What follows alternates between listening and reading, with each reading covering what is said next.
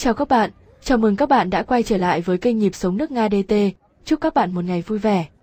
Các bạn thân mến, nhắc đến bách hóa tổng hợp GUM, chắc hẳn nhiều người Việt Nam từng học tập, công tác tại Liên bang Xô Viết, cũng có chút gì đó nuối tiếc về thời kỳ Hoàng Kim xưa kia. Có thể khẳng định, thành phố Moscow là nơi tập trung những trung tâm mua sắm bậc nhất của Nga. Một trong những địa điểm mà khách du lịch tìm đến đầu tiên khi tới thủ đô xinh đẹp này là trung tâm thương mại GUM, nằm đối diện điện cờ Kremlin, quảng trường đỏ. Bách hóa tổng hợp hay trung tâm thương mại GUM là trung tâm thương mại nổi tiếng ở Moscow, tọa lạc tại vị trí đắc địa trên quảng trường đỏ thủ đô Moscow của Liên bang Nga, nằm đối diện với điện cờ Kremlin. Nơi này được hình thành từ thế kỷ thứ 15, được biết đến là địa chỉ mua sắm sầm uất bậc nhất trên thế giới thời bấy giờ. Tuy nhiên, trong lịch sử, đã có thời điểm GUM không nhận được sự quan tâm nào mà trở nên cũ kỹ.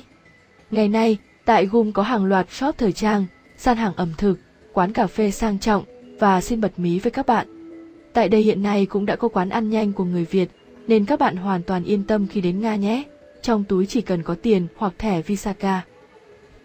Ban đầu khi mới hình thành nó chỉ tồn tại dưới hình thức là một khu chợ, nhưng hoạt động buôn bán diễn ra sầm uất. Vào năm 1520, một trận hỏa hoạn đã khiến cho cả khu chợ bị thiêu rụi. Chính vì vậy, Catherine đệ nhị đã quyết định cho xây dựng một khu trung tâm mua sắm. Công việc thiết kế được giao cho nhà thiết kế Quazengi huyền thoại. Sau khi hoàn thành nó đã được duy trì hoạt động trong thời gian khá dài. Sau năm 1812, Osip Bove đã thiết kế và xây dựng lại tòa nhà này. Vào những năm nửa sau của thế kỷ 19, để đáp ứng nhu cầu hoạt động buôn bán ngày càng phát triển, tòa nhà được các chủ cửa hàng xây dựng lại. Đến năm 1888, công ty cổ phần chợ thượng trên quảng trường đỏ ở Moscow được thành lập và xây dựng lại tòa nhà, công trình do hai nhà thiết kế. Alexander Bomezantsev phụ trách phần kiến trúc và Vladimir Sukhov phụ trách phần kỹ thuật công trình, đảm trách và xây dựng từ năm 1890 đến 1893. Với công nghệ xây dựng hiện đại bậc nhất tại thời điểm đó được biết, phần liệu chính của mái nhà là kính và thép, mang đặc trưng của những kiến trúc trung tâm thương mại lớn tại châu Âu. Công trình được hoàn thành vào năm 1893. Tại thời điểm trước cách mạng tháng 10, khu vực này có đến hơn 1.200 gian hàng hội tụ. Năm 1923, cửa hàng bách hóa tổng hợp quốc gia GUM ra đời.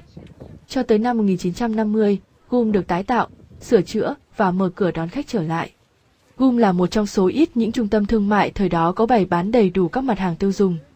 Không ít người kể lại, có thời điểm, dòng người xếp hàng chờ mua sắm kéo dài đến tận quảng trường đỏ, để chờ đến lượt vào mua sắm. Tòa nhà thương mại mới được khánh thành vào ngày 2 tháng 12 năm 1983. GUM ngày nay được thiết kế như một ngôi nhà đồ sộ gồm 3 tầng. Có chiều dài lên đến 250 m phía quảng trường và 265 m phía phố Vetotny, chiều rộng gần 100 m. Tổng diện tích 3 tầng khoảng 75.000 m², trong đó diện tích buôn bán vào khoảng 35.000 m², tăng gấp đôi so với giai đoạn 1953 thiết kế của kiến trúc sư nổi tiếng, được cho là theo đúng phong cách xây dựng hiện đại. Khi vừa lấy được ánh sáng tự nhiên, rất tiện dụng và đặc biệt tương thích với không gian kiến trúc của quảng trường đỏ. Toàn bộ chiều dài được tính toán khớp với chiều dài của quảng trường đỏ, giúp cho khu vực trung tâm của Moscow tạo ra được không gian kiến trúc khép kín một cách hợp lý. Nhìn bên ngoài, GUM giống như một khối kiến trúc khép kín, nhưng thực ra đó là 3 tòa nhà lớn được thiết kế theo trục dọc và được liên kết thông với nhau bằng các cây cầu nhỏ. Khoảng cách giữa các khối kiến trúc này được dùng làm các giếng trời khổng lồ, bên trên được lợp bằng những loại kính trong suốt đặc biệt, với mục đích lấy ánh sáng tự nhiên từ bên ngoài. Hình dáng kiến trúc bên ngoài của GUM được cho là mô típ điển hình của phong cách xây dựng và trang trí Nga hiện đại. Với diện mạo đồ sộ, nhưng được trang trí rất thanh thoát của trung tâm thương mại GUM. Người ta có thể dễ dàng cảm nhận được đó chính là sự tổng hợp độc đáo, những nét đẹp của phong cách kiến trúc Gothic cổ điển và phong cách xây dựng hiện đại bắt đầu từ cuối thế kỷ thứ 19. Khi bóng đêm bắt đầu trên quảng trường đỏ, đặc biệt là những ngày lễ chính trong năm, GUM hiện lên với đèn màu và cờ hoa rực rỡ. Từ xa nhìn lại, trung tâm bách hóa vừa mang vẻ đẹp cổ điển, như những lâu đài được xây dựng nhiều trăm năm trước, lại vừa mang dáng vẻ hiện đại và nhịp sống hối hả của một siêu đô thị lớn, hiện đại của thế giới. Dưới thời Xô Viết, GUM đã trở thành cửa hàng bách hóa lớn nhất của đất nước. Các gian hàng lúc nào cũng đông nghẹt người mua, cảnh sát được phân công để đảm bảo an ninh trật tự.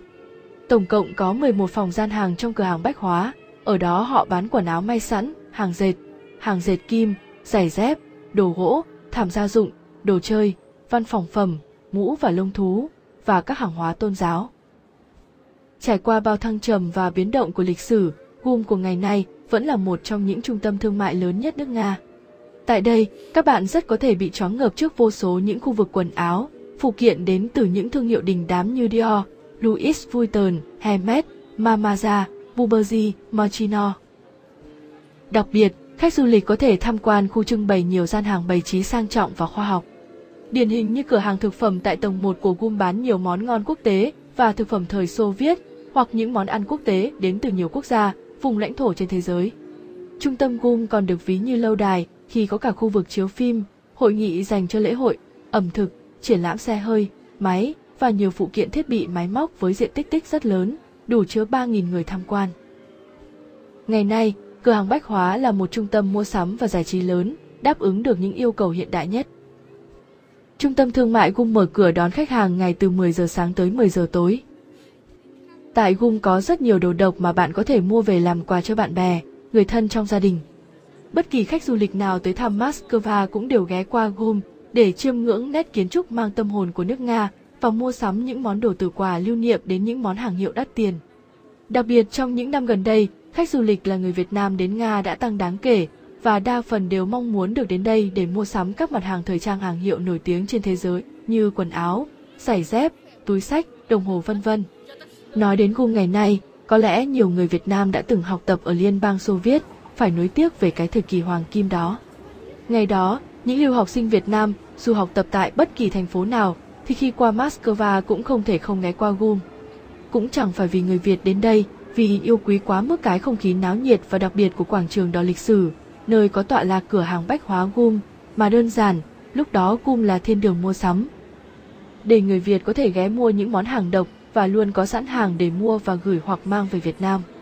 Theo những dòng người xếp hàng chờ mua sắm dài dằng dặc, người Việt cũng cẩn mẫn xếp hàng để chờ đến lượt vào mua sắm, sau đó là mua bàn là, chậu nhôm, nồi áp suất, hay thậm chí chỉ là cuộn chỉ, cây kim. Vào thời đó những mặt hàng như vậy vào vô cùng hiếm và quý ở Việt Nam, và quan trọng nhất là dễ bán để kiếm ra tiền. Chính vì thế mà trong dân gian đã một thời lưu truyền bài thơ của người cha gửi con đi Nga, do video có hạn nên tôi chỉ trích một đoạn. Hôm nay cha viết thư này, gửi qua thằng bạn chỗ mày về chơi. Cả nhà mừng lắm con ơi. Thùng hàng mới nhận bán hời lắm nghe. Niken đầy được chục que. Vòng bi thắng đậm hơn xe rất nhiều. Điều hòa lãi chẳng bao nhiêu. May mà trong ruột khá nhiều thuốc tây. Biết không chục kiện ê may. Tính ra chí ít 5 cây có thừa. Sô Tôn đã dặn đừng mua. Tại sao mày cứ đóng bừa vào đây? Thùng sau lưu ý thuốc tây. Đồ nhôm nghỉ khỏe chớ dây làm gì. Lanco, Ezic, Ampi. Kháng sinh tổng hợp thứ gì cũng chơi. Các bạn thân mến, chúng tôi xin khép lại video tại đây. Cảm ơn các bạn đã theo dõi video. Xin hãy ấn like, ấn chuông, ấn đăng ký để xem được các video mới nhất. Xin trân trọng cảm ơn.